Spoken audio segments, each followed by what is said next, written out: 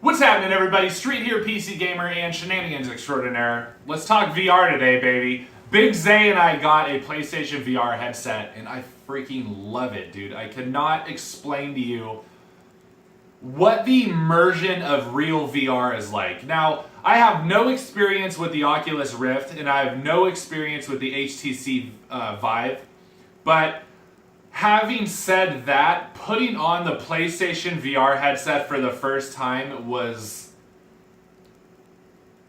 it was unbelievable. I mean, the sense of immersion was crazy. Now, we're going to talk about a number of things throughout this video, but one of the things I really want to talk about is just that sense of awe. You know what I mean? Because when you put on the headset, you know, some of you guys might have played around with your phones or something, or don't, you know, maybe just looked at like a 360 video. A lot of people think VR, at least a lot of people that I've talked to, think VR is just like a head tracking helmet that you put on your face and you get to look around an area and you get to, you know, see the view from a static position. And that is not VR. That's a 360-degree camera experience. VR is in full 3D and it has depth, and you can move. You're not just like a static camera that you're like, I can look around, this is freaking awesome. No, you are in the environment. If you play Job Simulator, you're playing an auto mechanic and you're in the garage. You can move, you can look behind stuff, you can duck down and see different perspectives. You're in a tank in Battlezone. You sit in the cockpit of this tank and you got treads that are like 8 feet on each side of you and go out 15 feet, and you're like, this thing is enormous. Or you're actually flying in a spaceship. I mean, you're in the cockpit. You look down and you see your body, and it's like an out-of-body experience. You're like, that's not my body, but it looks like my body. You look over here and you see shoulders and arms and a torso. You're flying around in space and you see these battle carriers or big starships, and you're like, holy shit, look how big it is. And I mean, you're looking, you're like, dude, that is like a quarter mile away and this thing's enormous, and you're flying through big asteroids. It's just mind-blowing.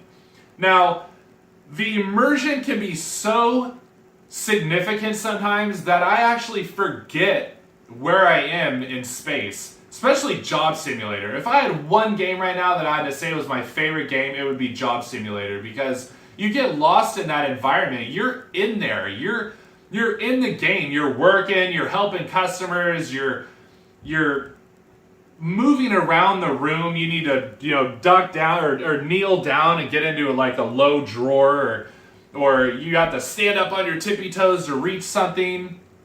And it's amazing. I mean, I watched Rhino Crunch on his HTC Vive for like a week play Onward, and that was amazing. I mean, he's got the camera showing his living room, and he's playing, and he's laying down on the ground because he's going prone. He's reaching, you know, around walls and shit, and you get so immersed in that environment that you kind of lose focus on that you're really in your living room. I mean, there's obviously going to be immersion killers.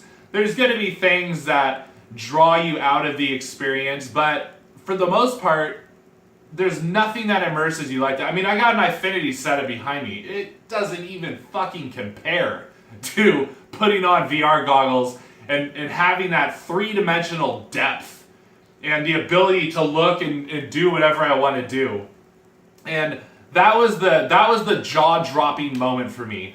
Now, a lot of people say, you know, oh, PlayStation VR, dude, the resolution's super low and blah, blah. It's not super low. The problem is that you have to run it at 120 frames in order to make it a fluid experience. And you know what? What they did is they put a lot of detail in the front, and it kind of blurs in the distance. But the screen itself, the screen door effect is pretty much non-existent on the PlayStation VR, which I've heard has been a factor on other VR headsets. Not having experience, I can't really comment on it, but being a person, see, I'm not a graphics whore like a lot of guys are. I've never been one of those guys that's just like, fucking graphics suck, man, I ain't playing that game. if the gameplay is there and it's fun to play and the immersion is real, then I will play it all goddamn day. Drive Club VR got shit on because it took away from what Drive Club was all about on consoles. And being that maybe it's a factor that I've never played Drive Club, and seen what Drive Club can be, but I mean, I know what it can be. I play Gran Turismo, I play Forza. I know how good it can look, but there's no comparing graphics when you can sit in the cockpit of a car and you're fucking in the car. I mean, you're in the car, you're driving it. The only thing that's going to make it better is when I get a steering wheel and pedals and a shifter, and I'm doing that for Gran Turismo Sport because I got to. And you know, while I'm saying that, there's another game I'm looking forward to as well, is that Eagle Flight game, because I fly FPV quads. You know, that's like one of my true passions right now, is flying FPV quadcopters. And Eagle Flight is going to be like flying FPV almost, but like in 3D. And that's just going to be an amazing experience. I mean, I see unlimited options for VR right now. So now that I've just talked a bunch of shit about immersion, let's talk a little bit about what I wouldn't mind seeing on VR. Now, obviously, I'm relating back to PlayStation because that's all I have experience with, but I know it's all the same. Now, PlayStation doesn't necessarily do room scale VR as well as like maybe HTC Vive, because that's got 2 sensors. You know, full 360 degree, you know, sensory rotation, whatever you want to call it. And that makes up for some stuff, but at the same time, when you're on your computer, it kind of changes the way you have to keep your... You know, I'm stuck in this little environment right here, this little corner. I had a whole office in a man cave before my kids were born that it would have worked amazing for. But for those of us that are kind of stuck in a little spot, room scale VR isn't a big deal. I mean, it would be awesome if PlayStation had that sensory to get it so where you could, I mean, it'll track your view 360 degrees, but the minute you put your, you know, motion controllers behind you or your DualShock and it loses that light, the light sensor, then it just goes, you know, just like, oh, I lost it, you're out of play area, I can't find it, you know. So then it's like, you don't have the option of, you know, like in a first-person shooter where you're like, oh, something's behind me, you know, pow, pow, pow, pow. But you do have the ability to turn and look behind you. You just might not be able to engage enemies or things like that. So don't get that part twisted. It's something that the gameplay mechanics will take into consideration. But what I really want to see is like Job Simulator. Job Simulator is awesome, and while we're doing that, let's go ahead and just start up another one here since that's over. I wanted to just kind of give you guys some options of things. Oh, jeez. Okay, now the fail is real because I'm trying to like give you another video here in the background, and I'm just fucking failing miserably. But let's see, let's get some Drive Club VR going in the background here. So, one thing I like about Job Simulator is that you're in this world, but it's like there's a time where have any of you guys ever played Cooking Fever? Like, Cooking Fever is awesome on Android. People come up with orders, they order meals, you try to like manage your time wisely and get all your orders out. You know, you're making cakes, you're making sushi, you're making hamburgers the way they want them. I could picture myself being in that type of situation and like just having endless replayability and having customers come in like, I want a burger with cheese and tomato, and the next guy wants a burger with cheese and lettuce, and the next guy just wants a burger with lettuce, and you're trying to like fumble around and get all this stuff done fast and push orders through. Where Job Simulator, it just kind of lets you mess around with some stuff. You have an environment to goof around in, but I think if there was more substance, it would be even better. Or imagine like, how many of you guys have played Ruse on the PC or I don't know if it came out on console. I guess it probably came out on console. But Ruse was one of those like a table down or a top down table RTS, turn-based RTS type thing. But what if you could do like a a top-down RTS where you're like really there, like looking at a tabletop, and you can get in and you can look at what you want. You can cycle enemies, you know, by just waving a wand around them and or selecting each one and having just different perspectives. You know what I mean? Like where you could just take. There's so many games you could just put into that type of situation that would be awesome, dude. That you could really expand on a genre through VR.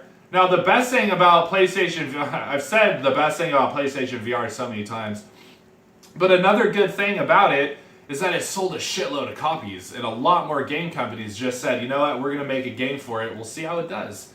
And that's things like Star Wars X-Wing missions, you know, Rogue One mission or a VR mission. Like, if that does really good, if people go out and buy Battlefront just for that and things in different situations, like everybody's putting on these VR experiences, which is something that I think if more and more people start doing that, they're going to understand that, you know what, people like this shit, and let's put out a full, like, first person or first party blockbuster game, or like a third party's going to come in and just be like, let's blow these people's doors off and just create the most amazing experience. And that's what videos like mine are doing. Videos like all the other videos you see right now on VR. I mean, VR is the hot topic right now. Everybody's pushing VR content because of the PlayStation VR. I mean, there was all the old content from the Oculus and the Vive, but now the PlayStation VR is making it more mainstream and it's becoming more affordable to more people. I mean, you can tell that they're going to come out with something, like they'll probably have a version 2 coming out within a couple of years that's going to be even better. It's going to enhance a bunch of different features, and it's just going to become more affordable, more affordable, more affordable. And more people are going to get into it. So we need to start building the experiences now. And the way I think of it is like, let's build just nice experiences of like, you see, because if you play VR, at least for me, I don't get sick, dude. I get no motion sickness whatsoever out of any game. That was my biggest fear when I first got it, is am I going to get sick? Or is my son going to get sick and not be able to experience this like we want to experience it? And I didn't get sick at all. I don't know if that has anything to do with that I've been flying FPV quads for the last year, but like, see, he hasn't been flying quads, so there's that thing that I thought, you know, well, my quads, when I'm flying, you're flying on a 2D screen in front of you, but man, sometimes when you get moving fast, you're like, I find myself leaning back, like, whoa, you know, because you get like this sense of motion. But with the VR, it's totally different because you're just so immersed in it, and your peripherals are covered, and you're just, I mean, you're in that moment. So I was worried I was going to get sick, but I didn't. But the problem was that after about a half hour of playing it, it starts getting hot. I started getting nauseous to where I was just like, okay, my eyes need a break. I need to take this off and I need a moment. And most of the games kind of follow that format. They're like 10 to 15 minute, like jump in, you know, play this quick, you know, mission, or play this game, and then it's like a built-in break time. Oh, okay, this mission's done, dude. Let's take a break. And then you can get back into it. And we need more experiences like that where you can get in, you can play a mission, enjoy it, but you have more to it. Like the one game right now that I would say has the most involvement, or the most like, what do you want to call it? Like has the best kind of, God, what's the word I'm looking for? I'm just like, I'm lost in the, I guess the most content would be like Battlezone, because Battlezone lets you get into a battle, you get some unlocks, then you move to the next battle, and it gives you a moment to be like, oh, fucking battle's done, take the headset off, you know, go get some water, get a snack, grab a brew, whatever you got, have a smoke, whatever you got to do, and then you can come back and continue the next battle. Where like in VR, you're not gonna want a game where you're just like playing for freaking 2 hours straight and you just can't, you know, there's no good pause, there's no good quit time, there's no good breaking point to do it.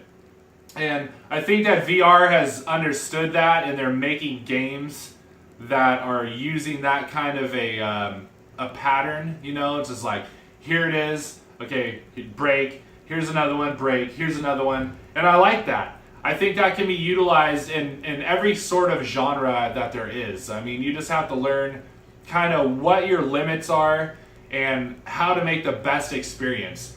And a lot of people bag on the graphics of VR right now because no matter if you're on PC or PlayStation, the graphics are subpar to what you're used to. If you're playing on a 1080p or a 4K TV, they're not going to look that crisp, but the immersion makes up for it. So I kind of wanted to talk to you guys about all these things that I'm feeling about VR right now. This has ended up turning into this like a complete ramble, I think. But the information that I've put out, I think, is understood. And if not, then tell me I'm an idiot and dislike the video and just move on. But I feel that this is the future of gaming. And I want more people to experience it. I want more feedback. I want everybody that watches this video to comment, dude.